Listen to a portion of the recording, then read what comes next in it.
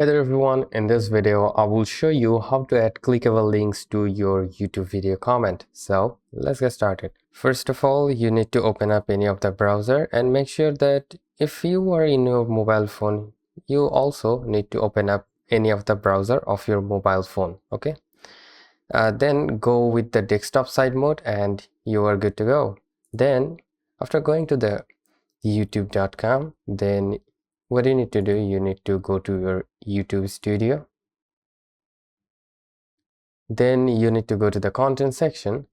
Suppose we want to comment on this video of ours. Tap on this option to view it on YouTube. Just jump into the comment section right over here, and then you can simply just go with the links like youtube.com, and you have to make sure that you are going with HTTPS. Without the HTTPS, it doesn't work.